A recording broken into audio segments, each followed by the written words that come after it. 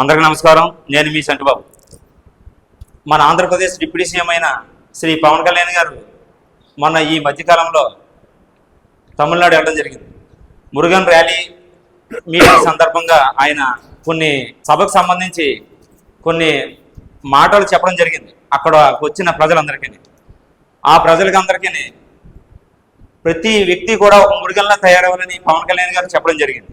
దాన్ని కొంతమంది వక్రీకరించడం, వేరే వేరే సందర్భాల్లో పవన్ కళ్యాణ్ గారి మీద తమిళనాడు గవర్నమెంట్ లేదా ప్రైవేట్ వ్యక్తులు అవ్వచ్చు, ఎవరైతేనే ఎఫ్ఐఆర్ వేసి ఆయన మీద కొన్ని సెక్షన్లు వేసి పవన్ కళ్యాణ్ గారి పేరు మీద ఎఫ్ఐఆర్ బుక్ చేయడం జరిగింది.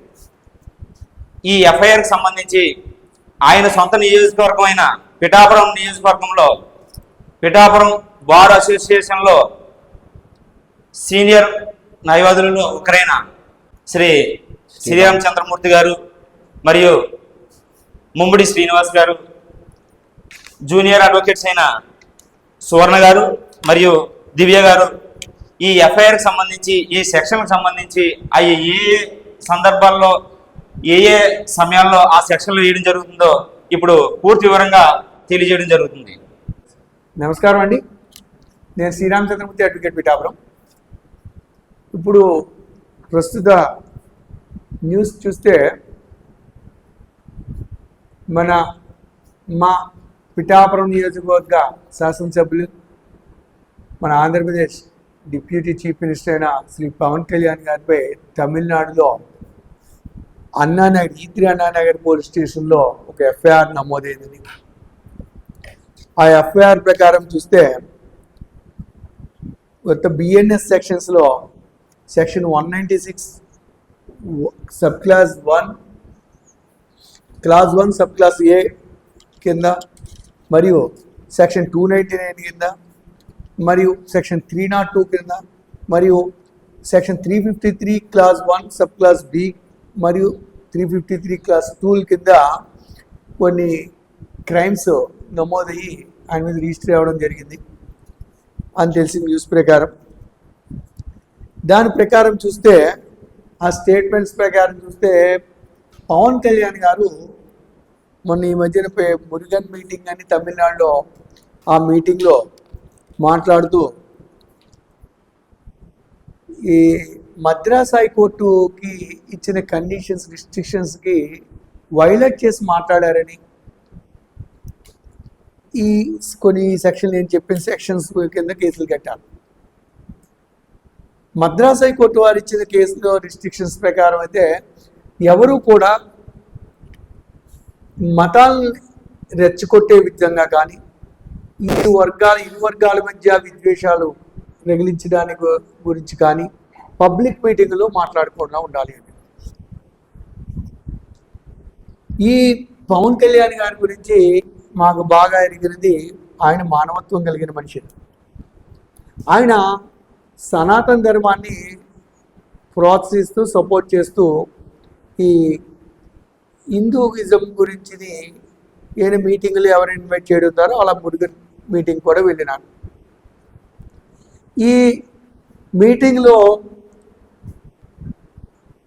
ఎక్కడ కూడా ఆయన మతాన్ని, ఒక మతాన్ని వేరే మతాన్ని రెచ్చగొట్టడం, మత విద్వేషాలు గురించి మాట్లాడడం కానీ, రెండు మతాల మధ్య విద్వేషాలు రగిలేలా మాట్లాడడం కానీ చేసినట్టుగా ఎక్కడా ఉండదు ఆ స్పీచ్లో.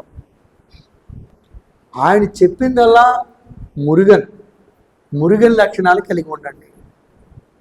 మురుగన్ లక్షణాలు, సుబ్రహ్మణ్యేశ్వర స్వామి గురించి, మురుగన్ అంటే నథింగ్ బట్ సుబ్రహ్మణ్యేశ్వర స్వామి. సుబ్రహ్మణ్యేశ్వర స్వామి ఎప్పుడు కూడా, సుబ్రహ్మణ్యేశ్వర స్వామి అంటే ఎనీ గాడ్, అది ఏది చెప్పినా అన్యాయాన్ని ఎదిరించండి, లేదంటే మంచిని గౌరవించండి, ఇదే చెప్పింది. ఏ మతమైనా అదే చెప్పింది, ఏదైనా దేవుడైనా అదే చెప్పింది. అందుచేత ఈయన చెప్పిన విషయం కూడా ఆయన్ని సపోర్ట్ చేస్తూ చెప్పింది మురుగన్ మీడియాలో చెప్పింది. ఆయన సనాతన ధర్మం గురించి మాట్లాడుతూ ఉంటారు. ఆయన సనాతన ధర్మం గురించి మాట్లాడితే అది హిందూ మతానికి సపోర్ట్ చేయడం అనేటువంటి పొరపాటు. సనాతన ధర్మం అనేది ఒక మతానికి సంబంధించింది కాదు, అది ఒక ఆచారం, అది ఒక వ్యవస్థలో నడిపించే పద్ధతిని తెలియజేసేదే సనాతన ధర్మం. ఆయన దాని గురించి మాట్లాడి లేదా ఇది లక్షణాలు కలిగి ఉండాలి అన్నారు తప్పితే ఆయన ఈ సెక్షన్ 196 క్లాసులోకి వెళ్ళినట్లయితే ఏం చెప్తుందంటే 196 ప్రకారం హ్యాటెడ్ or ill will between the various groups, రెండు మతాల మధ్యన కానీ రెండు వర్గాల మధ్యన కానీ విద్వేషాలు కలిగించినట్లయితే ఆ సెక్షన్ వర్తిస్తుంది. ఈయన ఎక్కడ ఏ మతాన్ని కించపరచలేదే, ఏ మతం గురించి కూడా ఆయన వ్యతిరేకంగా మాట్లాడలేదే, అందుచేత ఈ సెక్షన్ అసలు వర్తించదనే చెప్పచ్చు. ఎట్ ది సేమ్ టైం ఆయన సెక్షన్ 299 బిఎన్ఎస్ ప్రకారం అయితే deliberate and malicious acts intended to outrage religious being of any class or citizen of India in spoken or written. ఎక్కడ కూడా డెలిబరేట్గా కూడా మతాన్ని తక్కువ చేసి కానీ ఒక మతాన్ని ఎక్కువ చేసి కానీ ఆయన చెప్పలేదే. అది కూడా ఈ సెక్షన్స్ కూడా ఆయన గుర్తించింది ఈ రిలీజియస్ స్పీచ్ ప్రకారం అయితే. సెక్షన్ 302 బిఎన్ఎస్ ప్రకారం అయితే uttering the words extra with deliberate intent to wound the religious feelings, వేరే మతస్థుల యొక్క భావనను మనోభావాలు దెబ్బతినేగా మాట్లాడితే ఈజీ కామెంటెడ్ ఎనీ రిలీజన్ నో. ఆయన ఎక్కడా కూడా ఏ మత యొక్క మనుషులు కానీ మతస్థులకు కానీ భావాలు దెబ్బతినేలాగా ఎక్కడా కూడా మాట్లాడినట్లేదు. అందుచేత ఈ సెక్షన్ 302 కూడా ఆయన వర్తించదు. Section 353 class 1 sub class b ప్రకారం చూస్తే with intent to cause fear alarm to public, ఎక్కడైనా ప్రజల్లో భయాన్ని సృష్టించారా ఆయన? ఆయన యొక్క స్పీచ్లో ఎక్కడ భయాన్ని ఎక్కడా కూడా సృష్టించి మాట్లాడినట్టుగా కూడా ఎక్కడా లేదు. అలాగే ప్రజల్లో ఒక భయాన్ని ఏదో చేసేస్తారనే భయం, వీళ్ళు మతా విద్వేషాలు రెచ్చగొట్టే విధంగా మాట్లాడడం, ప్రజల్ని రెండు వర్గాలను విడదీసే విధంగా మాట్లాడడం చేసినట్లయితే మాత్రమే ఈ సెక్షన్లు వర్తిస్తాయి తప్పితే ఈ ఎఫ్ఐఆర్ నమోదు చేసిన క్రైమ్ రిజిస్టర్ చేసిన సెక్షన్స్ ఏవి కూడా ఈయన మాటలకు ఈ రిజిస్టర్ చేసిన ఎఫ్ఐఆర్ సెక్షన్లకు ఎటువంటి సంబంధం కూడా లేదు. సో పవన్ కళ్యాణ్ గారి మీద ఇచ్చింది ఓన్లీ రాజకీయ దురుద్దేశంతో మాత్రం కొన్ని మంది ఇలాగ రాజకీయవేత్తలు పెట్టిందిగా మేము భావిస్తున్నాం. నమస్కారం అండి, నా పేరు సువర్ణ, పిఠాపురం బార్ అడ్వకేట్ని. ఈనాడు బిఎన్ఎస్ ప్రకారం ఏమైతే మతపరమైన భావాలను బాధపరిచినట్లు కానీ అవమానపరిచినట్లు కానీ చేస్తే పవన్ కళ్యాణ్ గారి ప్రసంగంలో మనం ఎక్కడ అలాంటి ఉద్దేశపూర్వకంగా మాట్లాడడం కానీ దట్టు సైకిల్తో కానీ వాళ్ళని ఇబ్బంది పెట్టడం, మతపరమైన భావాలను వ్యక్తపరచడం మనం ఎక్కడ గమనించలేదు. సో కావాలని ఇంటెన్షన్తో ఉద్దేశపూర్వకంగా రాజకీయ నాయకుల ప్రలోభంతో ఈ పోలీసులు అనే వాళ్ళు ఈ సెక్షన్ ని ఫైల్ చేయడం జరిగింది. అందరికీ నమస్కారం అండి, నా పేరు దివ్య, పిఠాపురం అడ్వకేట్. మొన్న తమిళనాడులో మీటింగ్ జరిగింది కదా, పవన్ కళ్యాణ్ గారు మాట్లాడారు ప్రసంగాలు. సో దానిలో మన తమిళనాడు పోలీసులు ఏం చేశారంటే 299 సెక్షన్ మెన్షన్ చేశారు. ఎందుకు మెన్షన్ చేశారు? ఆయన సనాతన ధర్మం కోసం మాట్లాడారు యాక్చువల్గా, కానీ 299 ఏం చెప్తుంది? ఉద్దేశపూర్వకంగా కానీ మతపరమైన మాటలు కానీ ఇటువంటి చర్యలు చేస్తేనే 299 వర్తిస్తుంది యాక్చువల్గా.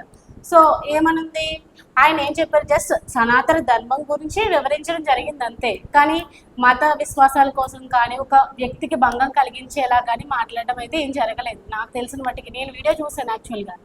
సో 299 సెక్షన్ అనేది ఈ రాజకీయవేత్తల ప్రలోభాలతో సో ఈ 299 మెన్షన్ చేయడం జరిగిందని నా ఉద్దేశం ఉంది.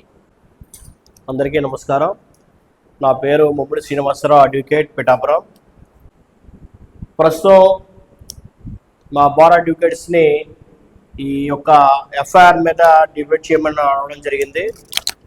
యాజ్ ఏ అడ్వకేట్గా నాకు తెలుసున్నంత వరకు చూస్తున్నంత వరకు కూడా ఫస్ట్ బ్రేకింగ్ న్యూస్లో చెప్పింది ఏంటంటే, మొన్న తమిళనాడు 22వ తారీఖున జరిగినటువంటి మీటింగ్లోని ఆంధ్రప్రదేశ్ చెందినటువంటి డిప్యూటీ సీఎం గారు అక్కడ ఒక స్పీచ్లో పాల్గొనడం జరిగింది.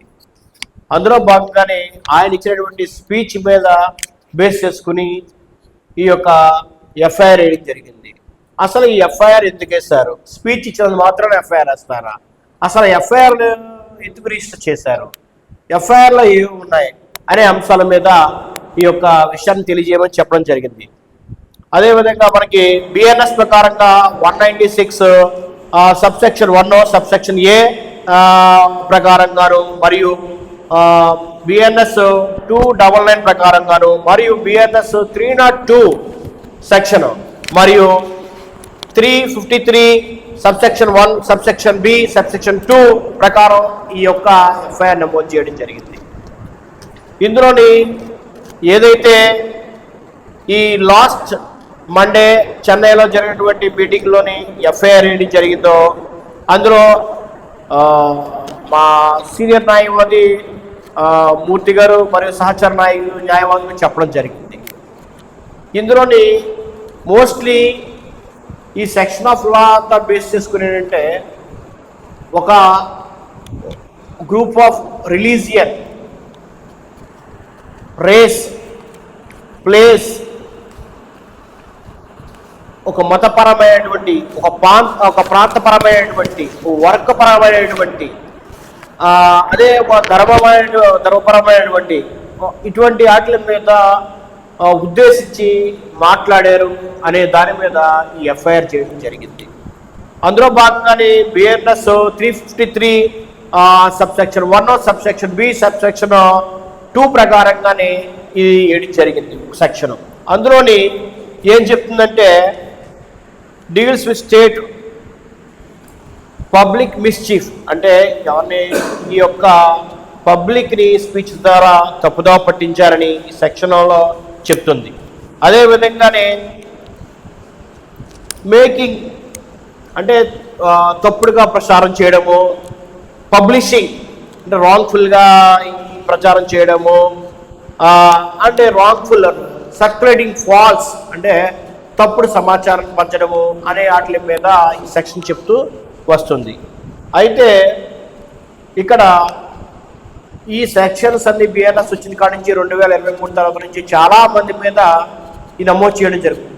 కానీ ఎందుకు ఈ ప్రస్తావన జరుగుతుందంటే ప్రస్తుత రాజకీయాల్లోని ఇతను డిప్యూటీ సీఎం హాట్ టాపిక్గా ఉండడం వల్ల ఈ పొలిటికల్ ఎవరైతే పర్సనాలిటీస్ ఉన్నారో వాళ్ళు పెట్టిన సెక్షన్స్ కోసం డిబేట్ ఎక్కువ జరుగుతుంది. కాబట్టి ఎవరైతే ఈ పొలిటికల్ పర్సన్స్ ఉన్నారో పొలిటికల్ పర్సన్స్ మీద జరిగే అన్నీ కూడా ఈ కొద్దిగా బూమింగ్ ఎక్కువ జరుగుతూ ఉంటాయని తెలియజేస్తున్నాం. ఈ అవకాశం ఇచ్చినటువంటి ప్రతి ఒక్కరికి కూడా మా న్యాయవాదులకి అందరికీ కూడా ప్రత్యేక ధన్యవాదాలు.